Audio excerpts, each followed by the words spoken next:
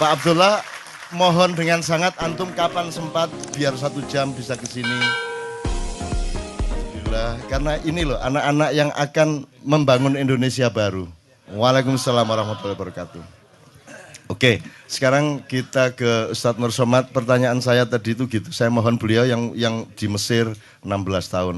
Sebelumnya saya kasih tikar seperti ini. Tadi kan saya mengatakan Syekh Imam Busiri itu membuat syair mengenai Muhammadun Basyarun walaisakal basyari bal huwa yakut bainal hajari, kan gitu Ustaz ya. Itu satu terminologi sebenarnya, satu terminologi.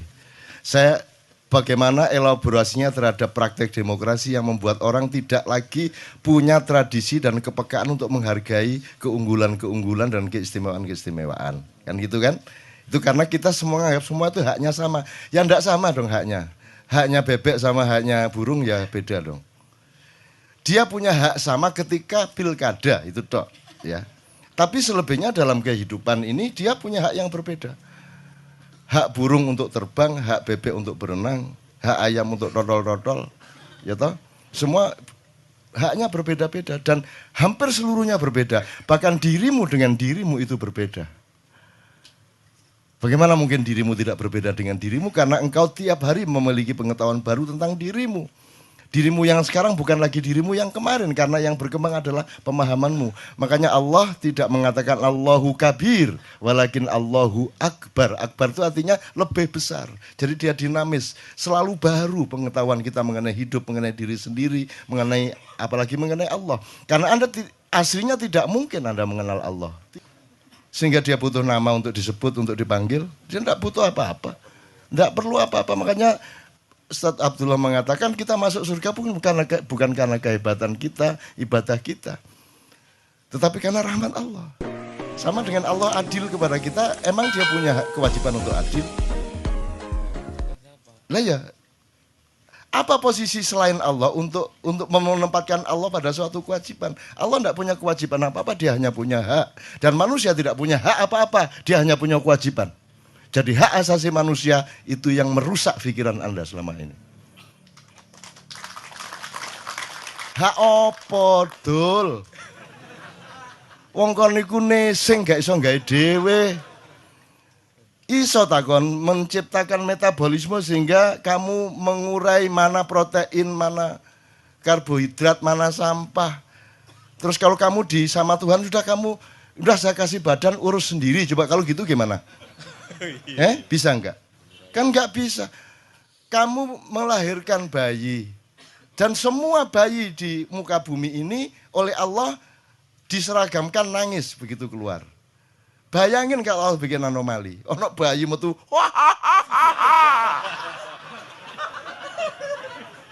terus siapa yang mengajari dia menangis? Siapa yang menyuruh dia menangis? Siapa yang mengajari itu artinya menggerakkan tenggorokannya, urat sarafnya di mulut, di leher, sedemikian rupa sehingga menghasilkan tangis. Kamu pikir bisa ibunya mengajari?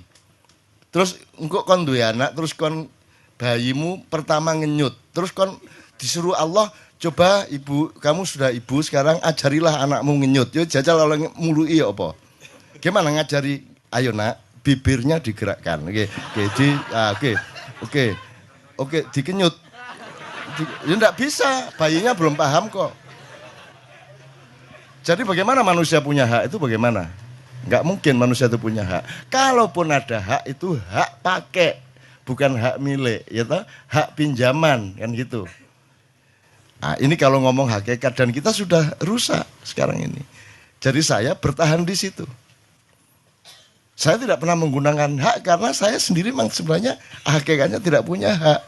Nah sekarang ini supaya Ustadz Nur Somad nanti lebih mudah menjelaskan, saya kasih teman-teman idiom-idiom ini.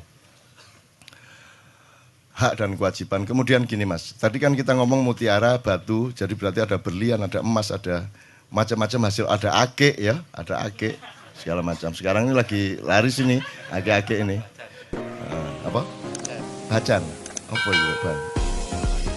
Oh gitu ya, batu bacan ya. Sekarang gini, kalau mau ngomong praktis gampang. Presidenmu ku krekil ta mas, ngono wis. Wono sing ngomong ngopil lho. Gini, saya tidak, loh, apakah batu menjadi rendah karena dia batu di hadapan emas? Kan enggak, batu punya harga dirinya sendiri, cuman batu jangan diemaskan, emas jangan dibatukan, kan itu masalahnya. Nah, mekanisme yang kita sebut demokrasi ini memungkinkan kamu menaruh bongkahan batu di makomnya emas, itu masalahnya. Jadi seluruh cita-citamu tidak akan berhasil selama kamu tidak bisa menempatkan emas sebagai emas, mutiara sebagai mutiara. Dan di sini Anda menemukan mutiara di dalam dirimu. Nah, ini kan banyak sekali kalau mau kita elaborasi, gitu loh. Kan kalau pakai istilah lain gini, di bahasa Arab ada istilah man yu'alikul jaros. Ya, siapa yang naruh kelinting-kelinting di lehernya kucing. Ini sing arek pesantren Ruhi ya. Jadi gini, tikus itu pusing karena asal dia mau makan, kucing datang makanannya direbut. Setelah berlangsung sekian bulan, akhirnya para tikus ini seminar. Yuk kita runding, ini gimana supaya makanan kita nggak dirampok terus sama kucing. Akhirnya disimpulkan, oh kalau gitu gini aja. Kesimpulan seminar, di lehernya kucing itu ditaruh bunyi-bunyian, gelindingan. Wah semua sip. Begitu kucing nanti mau datang pasti terdengar. Sehingga kita bisa menyelamatkan makanan kita. Lega mereka terus pulang ke lorong masing-masing. Sampai di tempatnya mereka berpikir, siapa yang masang nanti ya? Lah ya kon ngomong utang kayak ngono iku mang. Iku terus sopo sing kate ngatasi iku sopo? Kalau kita tidak ciptakan manusia-manusia Indonesia baru seperti yang ada di hadapanmu ini. Mereka adalah yang akan yu'alikul jaros. Mereka yang akan menaruh kelintingan di lehernya kucing. Kan gitu kira-kira. Nah, Anda tetap dengan konsentrasi itu aja dirungono arek Malang. Ya bapak, arek Malang wis ngelundase.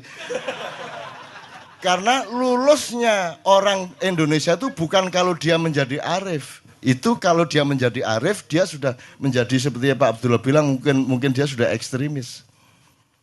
Lulusnya orang Indonesia kalau sudah putus asa itu baru lulus dia dapat ijazah. Gitu loh. Nek gurung putus asa berarti gurung roh masalah kon. Karena seluruh masalah ini tidak mungkin Anda selesaikan sendiri. Tidak mungkin Anda segera susun presiden dan kabinetnya yang bisa mengatasi yang Anda gelisahkan tadi. Iso kon nyusun ayo. Ayo sopo presidennya wis. Sopo menterine sopo, BUMN sopo iki sopo. Bisa kamu susun itu. Temukan mutiara-mutiara Indonesia. Bisa nggak kamu susun? Sama-sama itu sopo, harus jelas menterinya siapa. Bisa nggak kamu temukan sekarang? Maksudnya kita susun bersama-sama. Nah, artinya kamu sendiri nggak punya konsep tentang kabinet yang itu. Yang nganggo iki kon. Ya, sekarang gini aja, man yu'alikul jaros. Semua kamu keluhkan bener, kata temen si Dodi Setiawan tadi mengatakan, wis seru aku iki wis gendeng kabeh iki wis ngono ya. Oke. Kan harus kita atasi apa saja dan siapa saja yang diperlukan to solve the problem. Ya, kan tidak bisa toh hari ini bisa? Ada kemungkinan nggak hari ini? Tidak ada. Bulan depan? Tahun depan? 3 tahun lagi? Lah iya belum toh. Belum bisa terjadi karena persyaratannya tidak kita identifikasi. Persyaratannya satu siapa? Mutiara apa kerikil yang kamu taruh sebagai pemimpin? Kan gitu. Bagaimana ada mekanisme politik yang memungkinkan mutiara di tempat mutiara, kerikil di tempat kerikil. Dan belum ada mekanisme demokrasi yang seperti itu. Satu. Nomor 2, apa yang dibutuhkan setelah siapa? Apa itu? Menurut kamu ini negara apa bukan? Ini NKRI ini. Kalau lihat prakteknya. Ngaku aja. Anak perusahaan. Anak perusahaan. It's not state at all. Not even corporate. Mikir kita dol nek gak gawe. Ya. Not even corporation. Not even corporate. Tapi only dia anak perusahaan. Tool of Ya. global and big Ya. corporation. Ya, betul. Jadi bukan negara. Bahkan bukan perusahaan. Bahkan dia hanya anak perusahaan gitu ya. Betul. Nah, sudah selesai sampai sekarang. Jadi kamu juga jangan terlalu masuk hati itu mengeluh itu. Oh jelas bukan negara kok kamu bersemangat ini harus kita. Ya apa ngancane anak perusahaan ini cabang tuh Amerika cabang Indonesia kan gitu kan. Serius, Pak? Iya di dalam koordinasi Singapura. Terus nanti di kavalerinya Israel, Arab juga ikut, terus Pembiayaannya Bank Dunia. Bank Dunia dan sistemnya syariatnya harus syariat Bank Dunia kan gitu kan? Iya. Bahkan kalau ada bank apa syariat, itu benar apa syariat Islam? Kalau kamu masuk ke bank syariat, terus kamu tidak menemukan Islam di sana, yang salah kamu apa mereka? Yang salah kamu, karena kan dia tidak bilang bank syariat Islam, bank syariat loh. Ya syariat itu yang penting aturan ya ta? Ya aturannya ya sakarepe sing duwe bank.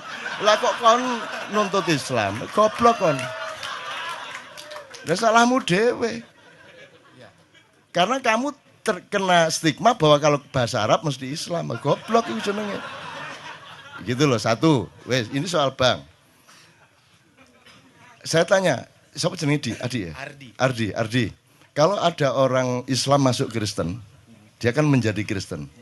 Atau dia masih Islam juga? Ada orang Islam masuk Kristen. Atau orang Kristen masuk Islam terserah. Pokoknya kalau orang sudah menjadi Kristen atau sudah menjadi Islam, dia masih Kristen atau tidak? Pernah. Kemarin Kristen, sekarang Islam. Atau kemarin Islam, sekarang Kristen. Gitu kan? Iya. Karena masalah prinsip. Sekarang saya tanya, perbankan itu masalah prinsip atau bukan? Bukan. Loh komersial itu enggak prinsip.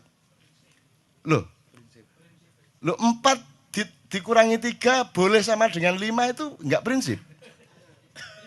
Matematik itu prinsip atau bukan? Matematik itu ilmu paling suci. Ilmu pasti itu kesucian. Karena tidak ada opini di situ. Tidak ada tafsir, tidak ada ijtihad dalam matematika. Nek papat ping papat 16 titik. Bah disogok wedokan piro. Ya, tolong, matematika itu ilmu paling suci di dia itu tajallinya Allah. Ya, itu matematika. Itu ya teman ya. Jadi saya kembalikan ke pertanyaan kepada Anda tadi, ya syariat. Sekarang ini orang nyun sewu ini yang pegawai bank syariat ya. Dan dakwah terusin saja wong darurat kok. Darurat itu enggak masalah.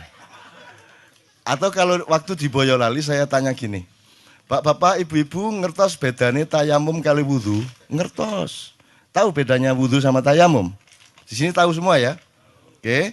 Kalau wudhu itu pakai air, kalau tayamum, kenapa kok pakai debu?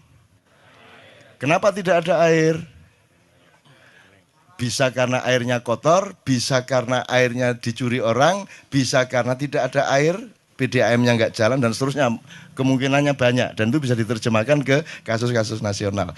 Sekarang pertanyaan sederhana, ini negaramu ini negara wudhu apa tayamum? Jelas kan masalahnya? Jelas masalahnya? Oke. Ya. Jadi kalau kamu itu ngomongin macam-macam tadi, kamu harus ingat bahwa ini tayamum iki. Nah, jadi sekarang di Boyolali, di Boyolali dan Salatiga itu sudah jadi idiom rakyat. Oh, siku lurah tayamum itu. Gitu. Ya mudah toh Mas. Nah, cita-cita kita adalah bikin negara wudhu beneran, dengan air beneran, kesucian beneran. Jelas ya? Gitu loh. KC ini, Maiyah ini adalah untuk transformasi supaya kita bisa benar-benar menjadi manusia wudhu. Karena kita tayamum terus. Karena debune iki wis kena narkoba, kena taek, kena segala macam ya. Gitu loh, ya. Ya, oke. Jadi kembali ke bank. Berarti bank itu prinsip enggak? Kenapa bank mandiri upamanya kok bikin bank syariat mandiri? Karena ada yang tidak benar menurut mereka di bank mandiri konvensional sehingga mereka bikin yang lebih benar ya? Kira-kira gitu. Loh kalau enggak ngapain bikin bank syariat kalau enggak prinsip itu? Loh kudune kan kalau memang bikin itu kan karena ada prinsip yang lebih benar. Makanya saya tanya kalau orang Islam sudah masuk Kristen, dia sudah Kristen apa sudah Kristen tapi masih Islam? Lagi apa? Bank Mandiri ki wis syariat ta gorong? Belum loh, sudah ada syariat gitu kok. Enggak, itu prinsip juga, Cak. Nah, Itu prinsip. kalau prinsip, kalau memang sudah bikin bank syariat, yang lama bubar. Nah, prinsipnya bukan di syariatnya ternyata. Prinsipnya mencari nasabah baru. Jadi ternyata syariat itu hanya alat ekonomi dan kapitalisme untuk mencari nasabah baru, memperluas pasar. Itu kan yang kamu maksud tadi. Ya kalau gitu jangan sebut syariat toh. Entek kata-kata apik ndek donya iki. Syariat wis digawe, ya toh. Saiki ana lomba perkutut akbar. Ono lho. Ya apa iki entek kabeh. Habis kata-kata yang baik ini. Ben ada wali, ada dewa, habis semua nih. Ya, apalagi? Saya tuh betul-betul ingin penuntasan kegilaan. Mbok nek gendengku temenan aja setengah-setengah. Masa belum ada. Iya, misalnya TV ini kan belum lengkap, belum ada apa? Kalau misalnya RCTI apa toh? Raja Wali Cipta apa gitu. Kalau misalnya pesawat kan Air Asia atau Lion Air. Mbok sekarang tuh bikin Jibril Air. Mbok ada Muhammad Band. Rasulullah Band. Gitu. Mbok bikin perusahaan Allah Subhanahu wa taala. Mesisan ya. Sekalian gitu loh. Gara perusahaan Quran Hadis. Ya, jadi Quran Hadis and Co ngono ya. Ngono mesisan.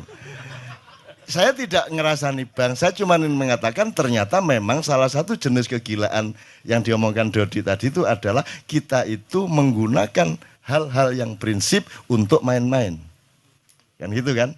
Dan itu tidak mungkin selamat. Maka Anda kumpul di sini ini karena Anda dicalonkan Allah untuk menjadi penyelamat seluruh bangsa Nusantara.